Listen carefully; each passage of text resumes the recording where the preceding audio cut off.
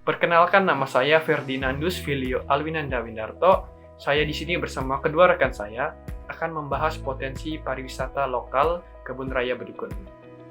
Alasan kami memilih Kebun Raya Bedugul sebagai objek yang akan kami kembangkan ialah karena kami melihat adanya potensi yang bisa kami kembangkan di bidang ekonomi, budaya, dan kenyamanan pengunjung tentunya. Kami berharap ketika proyek kami ini bisa terrealisasi, akan bisa membuka lapangan pekerjaan sebanyak-banyaknya bagi warga lokal dan juga mengangkat nama Bali lebih lagi di bidang sektor pariwisata. Seperti yang kita tahu, Bali dikenal dengan keindahan pantai kutanya. Kami ingin Bali dikenal dengan keindahan pantai kuta dan kebun rayanya. Kebun Raya Bedugul dikenal juga dengan nama Eka Karya, yang artinya hasil kerja pertama, yang membuat kebun raya ini menjadi kebun raya pertama di Indonesia. Kebun raya ini dikelola oleh Lembaga Ilmu Pengetahuan Indonesia di bawah binaan Pusat Konservasi Tumbuhan Kebun Raya Bogor. Nah, tempat ini memiliki luas 157,5 hektar, yang mana membuat kebun raya ini menjadi kebun raya terbesar di Indonesia.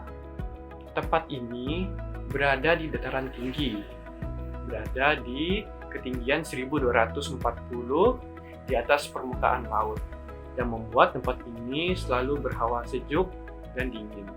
Bayangkan, pada saat malam hari, suhu rata-rata bisa mencapai 12 derajat Celcius dan 20 derajat Celcius di saat siang hari. Untuk tiket masuk itu 20.000 per orang untuk hari Senin sampai Jumat. Untuk hari Sabtu dan Minggu itu 30.000 per orang. Nah, untuk anak kecil yang tingginya di bawah 80 cm itu gratis biaya masuk. Untuk biaya parkirnya sendiri, untuk motor itu 5.000, untuk mobil itu 15.000, khusus hari Senin sampai Jumat, dan untuk khusus hari Sabtu Minggu itu 20.000. Dan untuk harga bis sendiri itu 50.000. Kebun Raya Bedugul memiliki 2.500 jenis tanaman di dalamnya.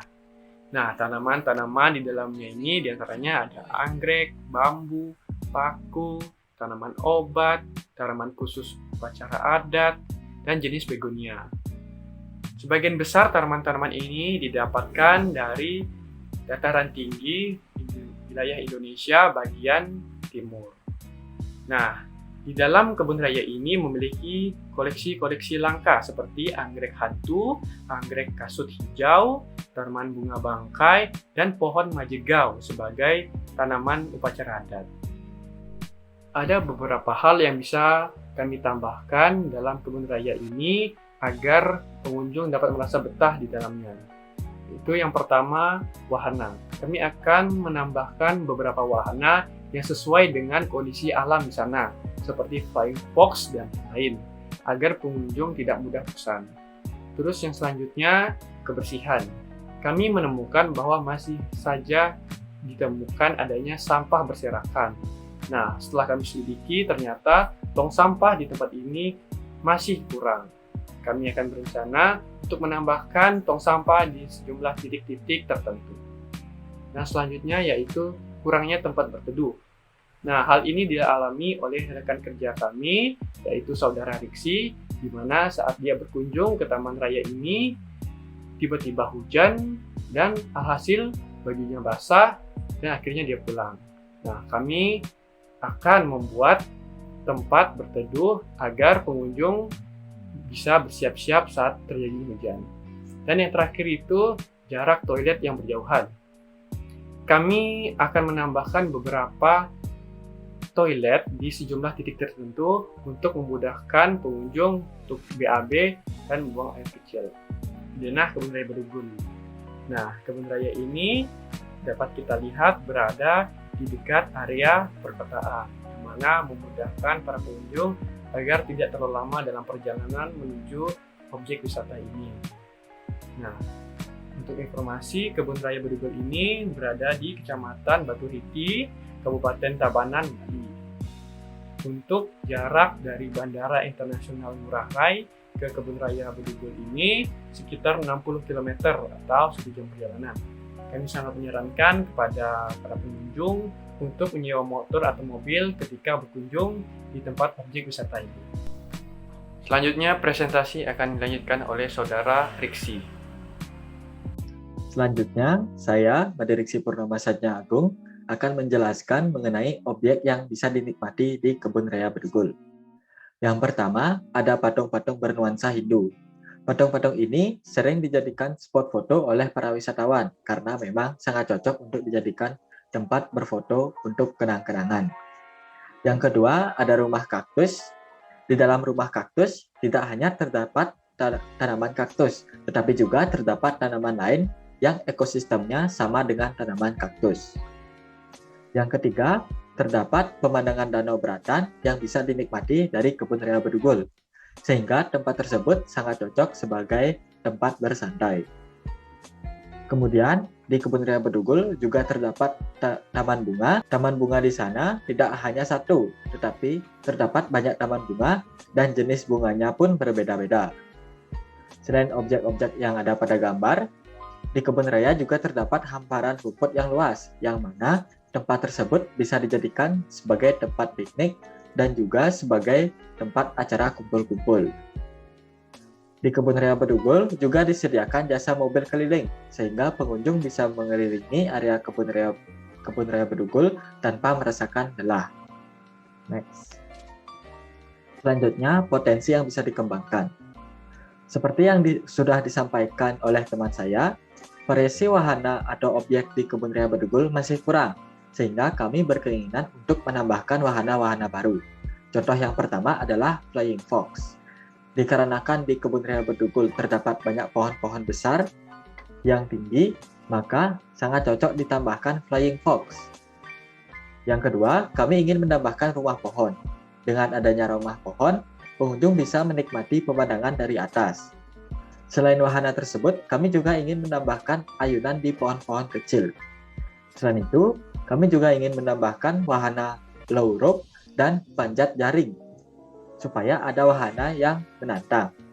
Yang kedua, dikarenakan area kebun raya yang sangat luas disertai banyaknya wisatawan yang berkunjung ke sana, kami berkeinginan untuk menambahkan jumlah tempat sampah supaya kebersihan di sana tetap terjaga.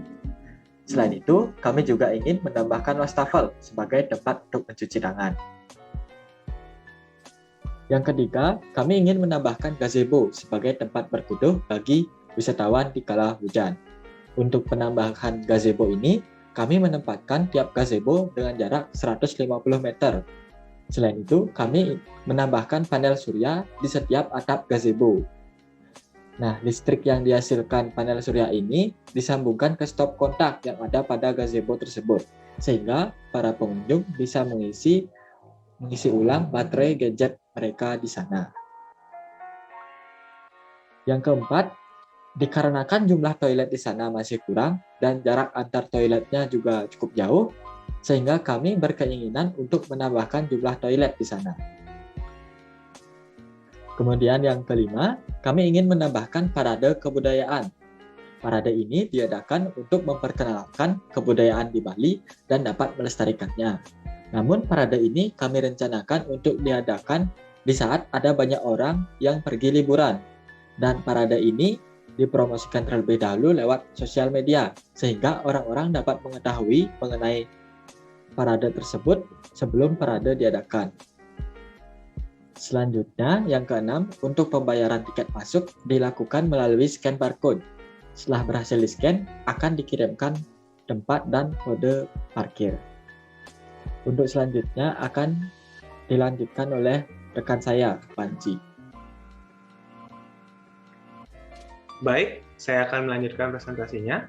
Sebelum itu, perkenalkan nama saya Imadi Panji Pusaka Sureswara dengan NPM 2107111397. Potensi yang bisa dikembangkan selanjutnya yaitu parkir gedung otomatis menggunakan sistem puzzle parking, di mana parkir otomatis menggunakan sistem puzzle parking ini dapat menghemat lahan yang ada di Kebun Raya Bedugul dan juga dapat membantu para wisatawan memarkirkan mobilnya secara otomatis.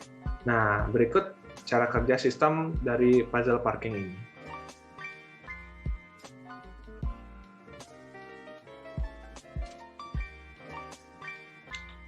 Pertama, para wisatawan akan diarahkan ke gedung parkir yang telah didapatkan dari aplikasi sebelumnya. Nah, setelah itu, wisatawan memasukkan mobilnya ke dalam mesin puzzle parking. Wisatawan turun dan memasukkan kode yang sesuai didapatkan di aplikasi. Lalu, mesin akan memarkirkan mobil para wisatawan secara otomatis.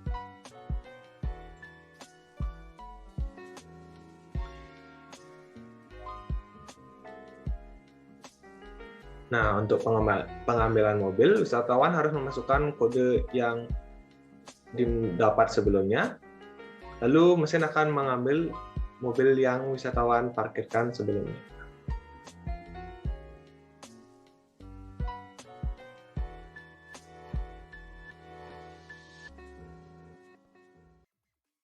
Hal ini juga berlaku dengan mobil yang diparkirkan di bawah tanah.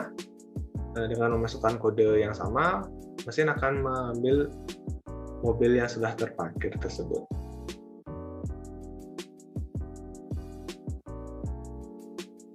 Nah, sekian dari cara kerja sistem puzzle parking ini.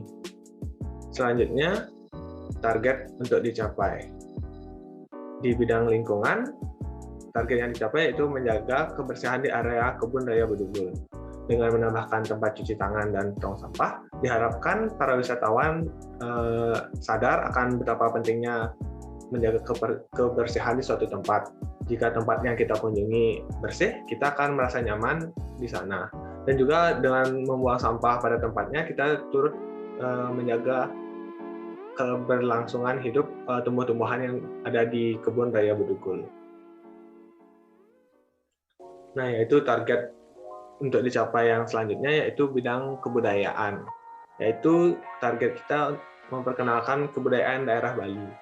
Dengan diadakannya parade atau pawai budaya, selain menjadi hiburan bagi para wisatawan yang datang dari berbagai daerah, diharapkan juga para wisatawan dapat mengenal lebih jauh tentang kebudayaan daerah Bali. Hal ini juga sangat cocok bagi para wisatawan yang mengajak anak-anaknya untuk berlibur ke Kebun Raya Bedugul. Selanjutnya, ini adalah poster yang kami gunakan untuk mempromosikan Kebun Raya Bedugul. Kebun Raya Bedugul buka mulai dari jam 8 pagi sampai jam 6 sore. Nah, Kebun Raya Bedugul juga memiliki aplikasi yang bernama Go Bedugul. Sekian presentasi dari tim kami. Besar harapan saya, Bapak investor dapat mendukung rencana proyek kami. Sekali lagi saya ucapkan terima kasih.